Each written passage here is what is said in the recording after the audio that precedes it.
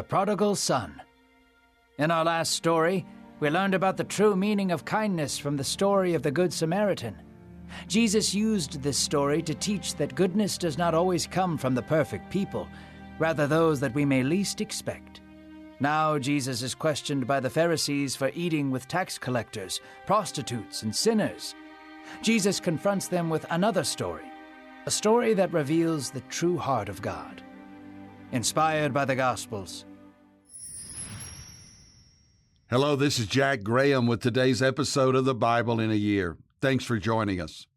In our last episode, we heard the parable, the story of the Good Samaritan, which Jesus used to teach a very important lesson about how we are to love people, what a neighbor looks like, and that our neighbor is anyone who has a need. It was a great challenge for us to share the love of Christ with every person that we meet. Today, we'll hear another powerful story from Jesus that shows the merciful heart of God and his willingness and desire to forgive and share his love with all who seek him. It's the story of a loving father and two sons who are both lost, but in very different ways. Let's listen now to this powerful story from Jesus. Jesus was sitting at a table enjoying a meal with many of his new friends. They were not the type of people one would expect a religious man to dine with. Tax collectors, dirty fishermen, and prostitutes sat at the table sharing bread with the Son of God. It was a sight that disgusted the Pharisees. They reviled him and scoffed at his willingness to fraternize with the undesirables of the city. "Look," they pointed and spat, "this man eats with sinners. What type of man of God is this?" A small crowd was watching as the Pharisees mocked Jesus openly. They were waiting for Jesus' response. Jesus wiped the crumbs off his hands, took a sip of water, and stood to his feet. He walked closer to the Pharisees, showing them that their religious elitism had no effect on him. Jesus paced the courtyard, projecting his voice for all to hear as he told another story. There was once a wealthy man who had two sons.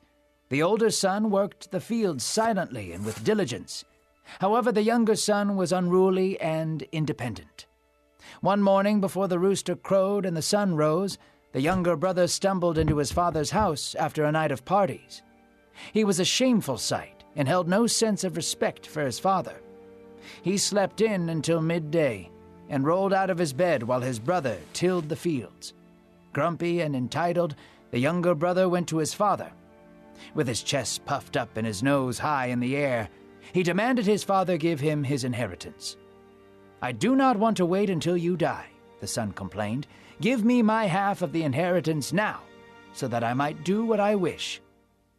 The father did as the younger son requested, and divided his wealth. With a broken heart, he gave his son property and gold, and watched him walk away without so much as a thank you. The younger son gathered everything and took his wealth into the far country. He slithered around the cities, drowning himself in wine, women, and reckless substances. What he did not spend on prostitutes and revelry, he gambled. Weeks had passed, and his unearned wealth was eventually dried up. He owed a great deal of money to bad people and had contracted sickness from his promiscuous habits. Soon a great famine fell across the land, and everyone was in great need. The friends he had made and his wealth were nowhere to be seen, and the young son descended into total poverty. The younger son scoured the countryside, looking for any work that would fill his belly and his new addictions. The only job he could find was tending to a farmer's pigs. Days had passed, and the son still had very little money to pay for food. What little money he made, he gave to pay off his gambling debts. His stomach rumbled as he watched the pigs feast on slop and garbage. The smell of rotten onions and fermented figs filled the air. Dung, dirty rainwater, and pig saliva dripped into the feeding trough, but the son could not take his eyes off it. He was starving, desperate, and ashamed. The young man walked beside the pigs, fell to his knees, and began to eat the brown slop with the pigs. The rancid smell was almost unbearable. His mouth was filled with dung, rotten vegetables, and spoiled meat. As the young man brought his face to his hand filled with garbage, he considered the state of his life. "Even my father's hired servants get fresh bread, Yet I am here and hunger, he thought to himself. If I go to him and beg for his forgiveness, maybe he will make me a slave. At least then I will have a warm bed and fresh bread. So the younger son traveled through the countryside back to his father. His head was held low and his feet dragged in the dust. A few tears streamed down the son's eyes. He could picture the angry look of his father. Surely he would be too ashamed of me to take me back, the son thought to himself. Yet the younger son kept walking. His options were limited, and his belly was empty. It was late afternoon, and the sun had turned the father's fields a bright gold. He sat above his terrace, admiring the way the breeze made the grain dance. He watched his elder son tending to the works. Then a small speck appeared in the distance. The father peered closely towards the hills to see a figure hobbling towards the property. As the figure drew closer, the father could see that it was his younger son. He had returned. The father tied up his robes and ran out of his home. He ran with fire and vigor. The son could see his father in the distance running towards him. Afraid that his father would attack him, the young son braced himself. But instead of a strike to the jaw, he received a warm embrace. The father cried on his son's shoulders. Laughs came from his belly as tears streamed down his bearded face. "You have come home," the father shouted with glee. "My son, you have returned to me." The son fell to his knees. He was so ashamed he could not stand to look at his father. "My father, please, forgive me," the younger son said. "I am not worthy to be called your son." His face fell into the dust as he wept. The father knelt down into the dust with him and picked him up by the shoulders. He called for his servants and said, "Get me my best robe and put it on my son. Put a ring on his hand and shoes on his feet. Then kill the fattest calf we have, for tonight we will hold a feast in his honor." The servants left immediately. The son was stunned and confused. The father smiled from cheek to cheek and said, "My son, you were once lost, but now you are found. This is why we celebrate." So the younger son was washed and given fine clothes. There was a great feast and party held in his honor. The younger son was humbled and laughed silently as he watched his family dance and sing, although not everyone was happy to see him return. The older brother came in from the field to see his father dancing and rejoicing. He saw that the fattest calf had been cooked and the finest robe placed on his brother's shoulders. The older son stewed in anger. He felt underappreciated and angry. He stormed off to be alone in the fields. The sun was setting and the older brother could hear the music in the distance. He hated his brother. He hated that he stole half his father's wealth while he toiled in the fields, yet his brother received the celebration. The wind blew gently and a few tears fell down the older brother's face. His father could see him sitting and sat beside him. "What upsets you, my son?" he asked. The older son shook his head and gave a sorrowful laugh. He did his best to hold back tears as he spoke. "For years I have served you and worked hard for your favor. I never disobeyed you, and you have never given me so much as a goat for me and my friends to celebrate. Yet when your son comes home after squandering your wealth with prostitutes, you kill the fattest calf and adorn him with rings and robes." The father was silent for a moment and sighed. He put his arm around his oldest son. "Son, you are always with me. Everything I have is yours. You may take of whatever is mine and enjoy it. But your brother was once dead, but now is alive. He was lost, and now he is found. This is worth celebrating." After saying these things, Jesus sat back down with his friends, and the Pharisees left in a fury. Jesus revealed a special part of God's heart that day, that no child is too far gone to experience his love and favor. No matter how far one goes, the Father will run to embrace his lost child. As a shepherd will leave 99 of his sheep to go after one lost one, so Jesus will go to any length to find the ones he loves.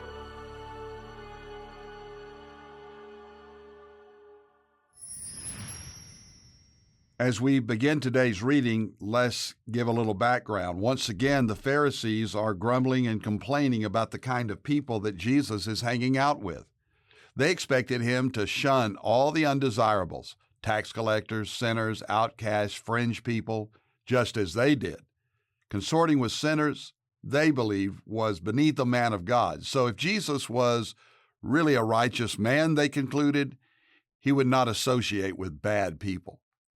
As always, Jesus knew their thoughts, and so he told them more stories, parables, to illustrate what it means to be lost and found. He spoke of a shepherd who left his flock to find one lone sheep that had gone astray, and the joy of finding a lost coin, even when it was just one of many. He was setting up the grand finale, a story about a father and his two sons. It's a story that many have heard. It's the story of the prodigal son.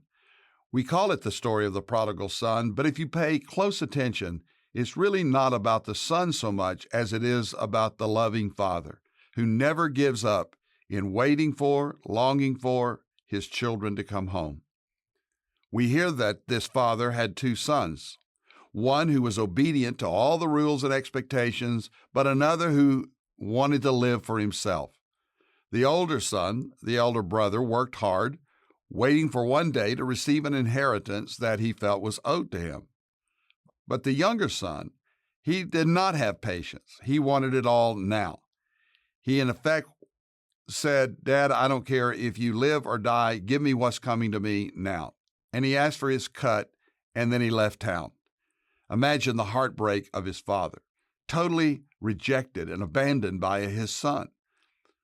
But he would not force him to stay, and as the son demanded, he gave him his share of the estate. Of course, this was a terrible decision for this young man. It looked like a lot of fun at first to go and live it up in a place called the far country. But his way of life, all the partying, all the drinking, all the womanizing, it finally caught up with him, and he went to the bottom. You know, sin is like that. It can seem pleasurable at first. In fact, the Bible says there is pleasure in sin for a season. But you know, sin will take you farther than you want to go and keep you longer than you want to stay and cost you far more than you want to pay. We think if there are no rules, then we can really live it up. But when there are no rules, when we throw our lives away, there is such loss. And that's what this young man experienced. He found out for himself what an uncontrolled life is really like. It was truly prodigal. But though he turned away from his father, in his heart of hearts, when he came to the end of himself, he knew that there was one hope and only one hope, and that was to return to the Father, to go back home, to humble himself. He came to himself and he owned his own sin, and he's repentant in heart, and he wants to go home. When I read this story, I'm reminded of the grace and the heart of God to receive us when we truly confess our sins and seek God's love, grace, mercy, and forgiveness. Did you notice in this story, as the son began his way back home to his father, that his father wasn't surprised? He had not given up or shut out his son permanently. No, apparently this man was looking for his child. For it says in Luke 15 and verse 20, "But while he was still a long way off, his father saw him and felt compassion and ran and embraced him and kissed him." What a beautiful story. While he was still a long way off. It reminds me of the scripture that says that while we were yet sinners, Christ died for us. You see, God loves you very much, and he's waiting for you to come to him. It's so inspirational to see that the father didn't wait and watch for his son to come to him. He ran to his son. In this culture, this was not the action of a dignified man, but this loving father could care less about appearances. He was rushing to restore his son. He was running to show forgiveness. The young man confessed his sin, his unworthiness, but he didn't have to say anything more. The father clothed him with his robe and made him part of the family again. This story could have ended with a very happy reunion for everyone, but as we noted, there were two sons in this household, and with all the rejoicing and feasting for the prodigal son who came back, the older son is now bitter. He had no interest in welcoming his brother back into the family. Instead, he was pouting and pitying himself, complaining. After all he'd done for his father, how could he receive this young son back? Where was his reward? As the Pharisees listened to this story, I'm sure they were nodding their heads in agreement with the son's anger.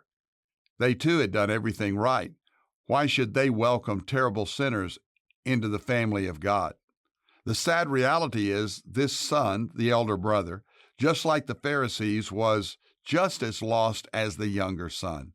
The younger son was lost way far away from the house, but this young man was lost inside the house.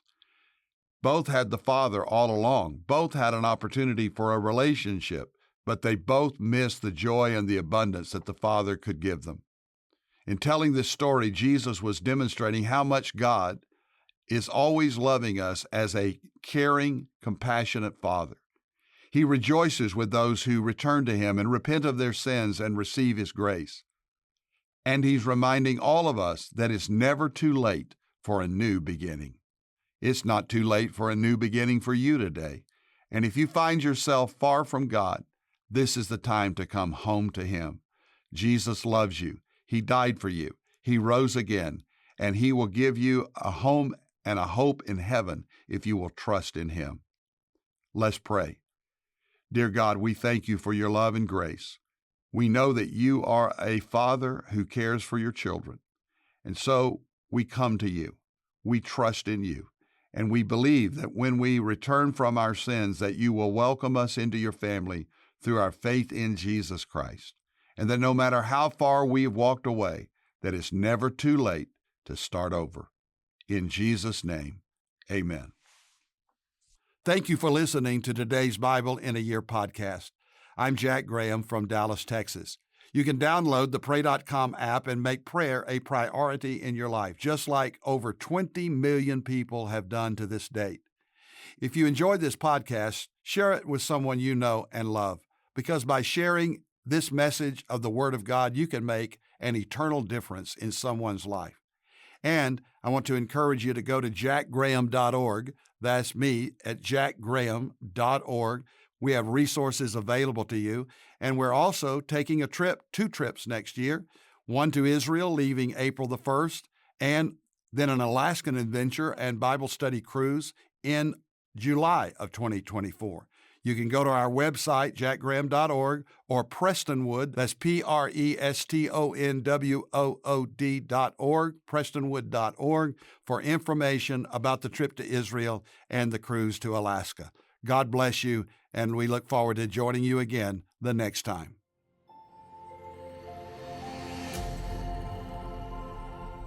This episode is sponsored by MediShare, an innovative healthcare solution for Christians to save money without sacrificing quality.